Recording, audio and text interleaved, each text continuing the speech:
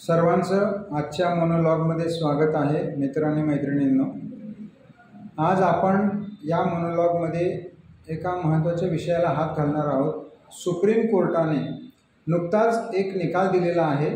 Criminal appeal number 28/2024 या प्रकरणामध्ये मोहम्मद अब्दुल समद विरुद्ध state of Telangana and others हा निकाल सध्या सर्वत्र समाज माध्यमांमध्ये चर्चेला आहे। मात्र या निकालात असं विशेष काय आहे तर हा निकाल आहे मुस्लिम महिलांच्या पोटगी संदर्भात, जो जुन्या क्रिमिनल प्रोसिजर कोडमध्ये कलम 125 अंतर्गत होता आणि नव्या भारतीय नागरिक सुरक्षा संहितेमध्ये कलम 144 अंतर्गत आहे। या दोन्हींचा आपण आज अभ्यास करणार आहोत। या प्रकरणामध्ये थोडक्यात झालेली परिचय मी देतो। या प्रकरणामध्ये सुप्रीम कोर्टाने, भारताचे माननीय सर्वोच्च न्यायालय यांनी असा आदेश दिला की मुस्लिम धर्मीय पत्नीचा आपल्या पतीपासून विभक्त झाल्यानंतर सुद्धा पतीला पोटगी मागण्याचा अधिकार शाबूत आहे। तर यात घडलेले जे फॅक्ट्स आहेत, जी घटना घडली त्यातली हकीकत अशी की यात एका पती आणि पत्नीचं एकमेकाशी लग्न झालं। लग्नानंतर त्यांचं एकमेकांशी पटेनासं झालं। त्यात पतीने पत्नीला ट्रिपल तलाक, जो सध्या अस्तित्वात नाही, त्या पद्धतीने घटस्फोट दिला आणि तिची पोटगीची रक्कम, इद्दतची रक्कम तिला पोस्टाद्वारे पाठवून दिली। ती पत्नीने घ्यायला नकार दिला।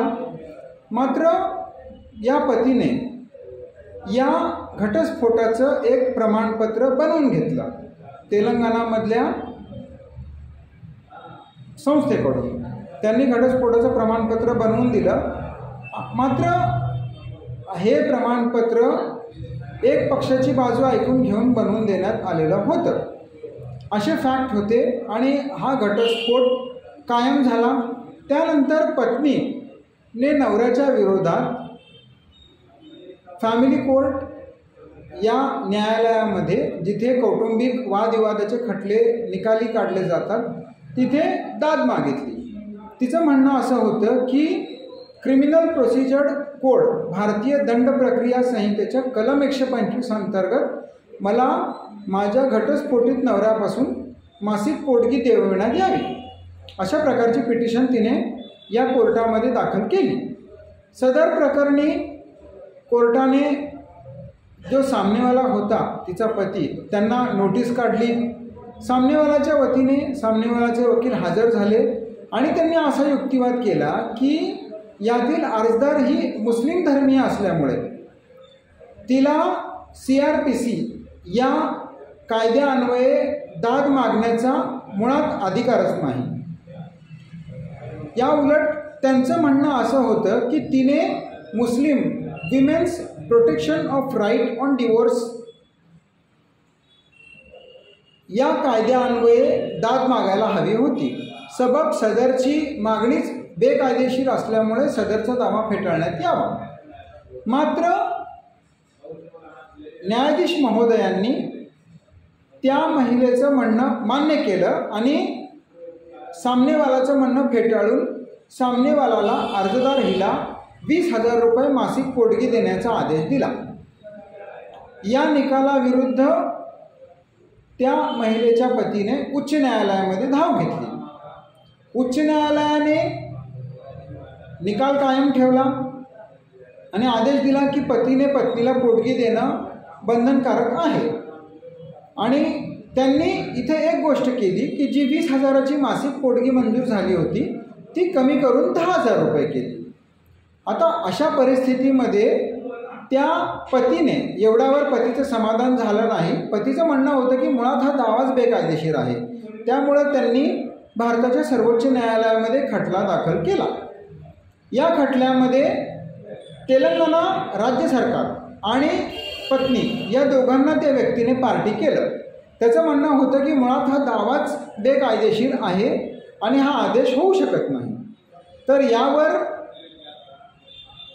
माझ्या माहितीप्रमाणे सामनेवाला जी आहे यामध्ये पत्नी ती हजर झाली नसावी, मग त्या माननीय सर्वोच्च न्यायालयाने या प्रकरणामध्ये त्या महिलेच्या वतीने बाजू मांडण्यासाठी म्हणू किंवा कोर्टासमोर सत्य समोर येण्याच्या दृष्टीने अमिकस क्युरी या पद्धतीने एका वकील महोदयांची नेमणूक केली. अमिकस क्युरी म्हणजे काय तर अमिकस क्युरी या लॅटिन शब्दाचा अर्थ होतो friend of the court. Friend of the court म्हणजे अशी व्यक्ती जी कोर्टाला न्यायदान करण्यामध्ये सहाय्य करते. ज्यावेळी एखाद्या खटल्यामध्ये पक्षकार हजर राहू शकत नाहीत किंवा खटल्याची तांत्रिक बाजू समजावून सांगण्यास पक्षकार असमर्थ असेल, अशा वेळी कोर्ट न्यायदानात सुलभता यावी यासाठी एका वकिलाची नेमणूक करते. याला अमिकस क्युरी असं म्हटलं जातं. तर अमिकस क्युरी कोर्टामध्ये हजर राहिले, दोन्ही पक्षांचा युक्तिवाद झाला. त्यामध्ये अमिकस क्युरींचं म्हणणं असं होतं की त्यांचं असं म्हणणं होतं की divorce Muslim woman could claim maintenance under section 125 of CRPC even beyond the iddat period as long as she does not marry.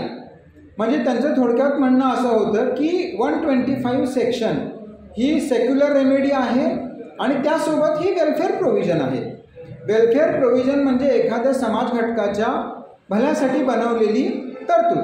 तर त्यामुळे या कलमाअंतर्गत दाद मागण्याचा पत्नीला अधिकार आहे. शिवाय त्यांचं म्हणणं असं होतं की एका वेळी जेव्हा एखाद्या व्यक्तीला दोन वेगवेगळ्या कायद्यांच्या खाली दाद मागण्याचा अधिकार असतो, तेव्हा तिने कोणत्या कायद्याखाली दाद मागावी हे प्रतिपक्ष ठरवू शकत नाही. म्हणजे मला कोणत्या कायद्याखाली खटला दाखल करायचा आहे हा माझा विशेष अधिकार आहे आणि त्याबद्दल सामनेवाला माझ्यावर जबाबदारी ढकलू शकत नाही की याच कायद्याखाली तुम्ही दाद मागितली पाहिजे. या खटल्यामध्ये फार सुंदर विवेचन भारताच्या माननीय सर्वोच्च न्यायालयाने केलेलं आहे. कौटुंबिक व्यवस्था, कौटुंबिक व्यवस्थेमधली स्त्रीची जागा, कुटुंब, मुलं सांभाळण्यातलं स्त्रीचं योगदान आणि भारतीय कुटुंब संस्थेच्या भविष्याचा विचार करून माननीय सर्वोच्च न्यायालयाने अमिकस क्युरींचं म्हणणं मान्य केलं आणि अर्जदाराचा अर्ज फेटाळला आणि त्याला महिलेला पोटगी देण्यासाठी तो बाध्य असल्याबाबतचा आदेश माननीय सर्वोच्च न्यायालयाने या प्रकरणामध्ये दिलेला आहे. आता निकालाची तांत्रिक बाजू आपण समजून घेऊ आणि ज्या प्रकारे समाज माध्यमांमध्ये एक गदारोळ उठलेला आहे की नव्याने निकाल दिला, तर मित्रांनो असं काहीही झालेलं नाही आहे. याच धर्तीचा निकाल सन 2009 साली शबाना बानो विरुद्ध इम्रान खान या प्रकरणामध्ये माननीय सर्वोच्च न्यायालयाने दिला होता. त्यात सर्वोच्च न्यायालयाने असं म्हणलं होतं की पतीपासून घटस्फोट घेतल्यानंतर सुद्धा पत्नीने पतीविरुद्ध पोटगीची मागणी करणे चुकीचे नाही, तो तिचा अधिकार आहे. आणि सर्वसामान्य लोकांच्या माहितीसाठी मी हे सांगतो की महाराष्ट्रामध्ये परिस्थिती अशी आहे की सर्वसामान्यपणे जेव्हा आमच्याकडे एखादी पीडित महिला येते त्यावेळी आम्ही तिच्याविरुद्ध तिच्या वतीने CRPC 125च्या अंतर्गत खटला दाखल करतो आणि तो मंजूर होतो. बऱ्याच प्रकरणांमध्ये महिलांना अशा प्रकारची पोटगी मंजूर झालेली आहे. मी बऱ्याच खटल्यांमध्ये काम पाहिलेलं आहे आणि हा काही फार मोठा तांत्रिक मुद्दा नाही की ज्याची समाज माध्यमांवर फार काही चर्चा केली पाहिजे. मुळात कोर्टाने इथे जी बाब ठळकपणे अधोरेखित केली ती म्हटलेली आहे की विवाह ज्यावेळी होतो त्यावेळी पत्नीच्या पालनपोषणाची जबाबदारी ही पतीवरच असते. तो ती कोणत्याही परिस्थितीत नाकारू शकत नाही. जोपर्यंत पत्नी दुसऱ्या पुरुषासोबत लग्न संबंधात सामील होत नाही तोपर्यंत तिचा पोटगीचा अधिकार नाकारता येणार नाही. त्यामुळं या निकालामध्ये कोर्टाने फार काही नवीन प्रकारचं रेशनल दिलेलं आहे असं तर मी म्हणणार नाही. उलट जुन्याच गोष्टीला कोर्टाने नव्याने पुन्हा या निकालामध्ये वापरलेला आहे. जर जुन्या निकालाला एखाद्या कोर्टाने खारिज केलं असतं तर आपण म्हणू शकलो असतो की कोर्टाने काहीतरी नवीन निकाल दिलेला आहे, पण असं तर या ठिकाणी काही घडलेलं नाही.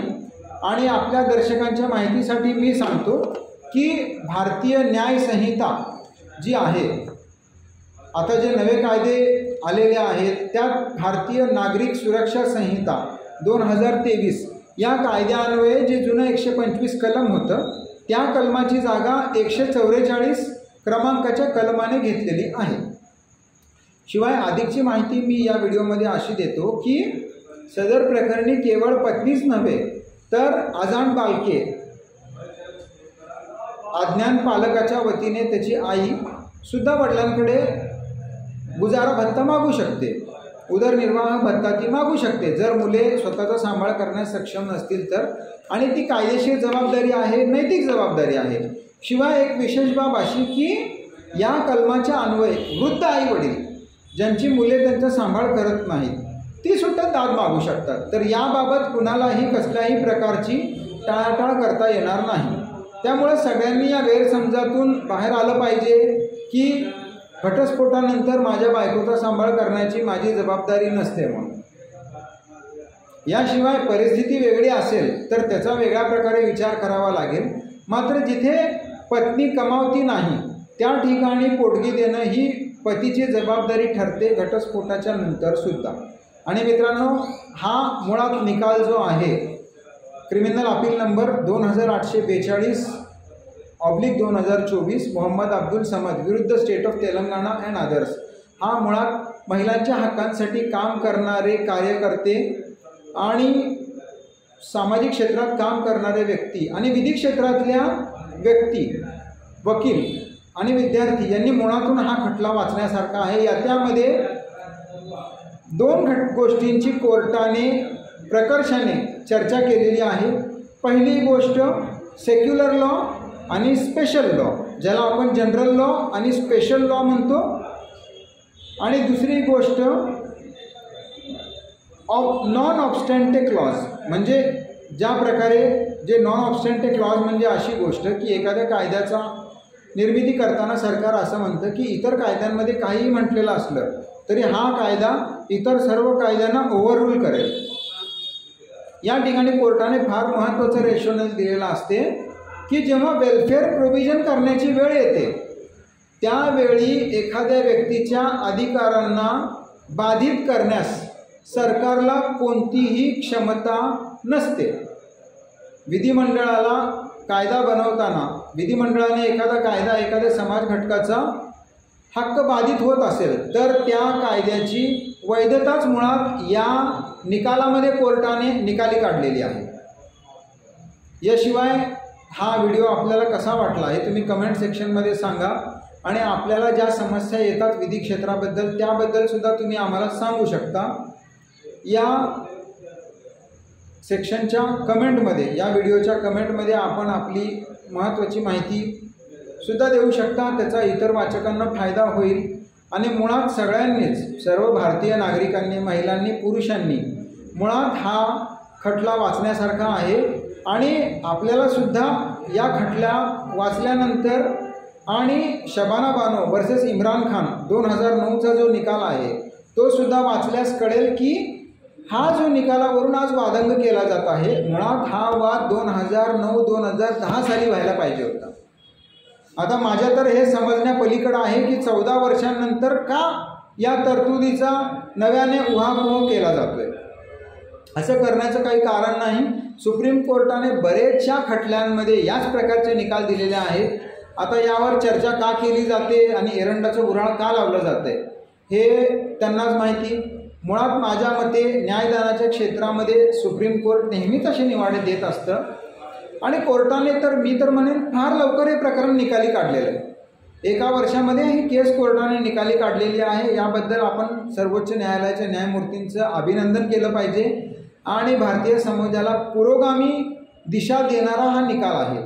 ठीक आहे, या निकालाची चर्चा झाली, पण आपल्याला हे पण लक्षात असलं पाहिजे की हा काही पहिला निकाल नाही। सन 2009 साली कोर्टाने अशाच प्रकारचा निकाल दिला होता। फक्त यामध्ये कोर्टाने एक गोष्ट चांगली केली की कोर्टाने भारतीय कौटुंबिक व्यवस्थेची चर्चा सखोलपणे केलेली आहे। हा व्हिडिओ तुम्हाला कसा वाटला हे कमेंट सेक्शनमध्ये नक्की सांगा। अशाच चांगल्या व्हिडिओंसाठी तुम्ही आमचं चॅनल सबस्क्राईब करा। हा व्हिडिओ पाहिल्याबद्दल आपले धन्यवाद।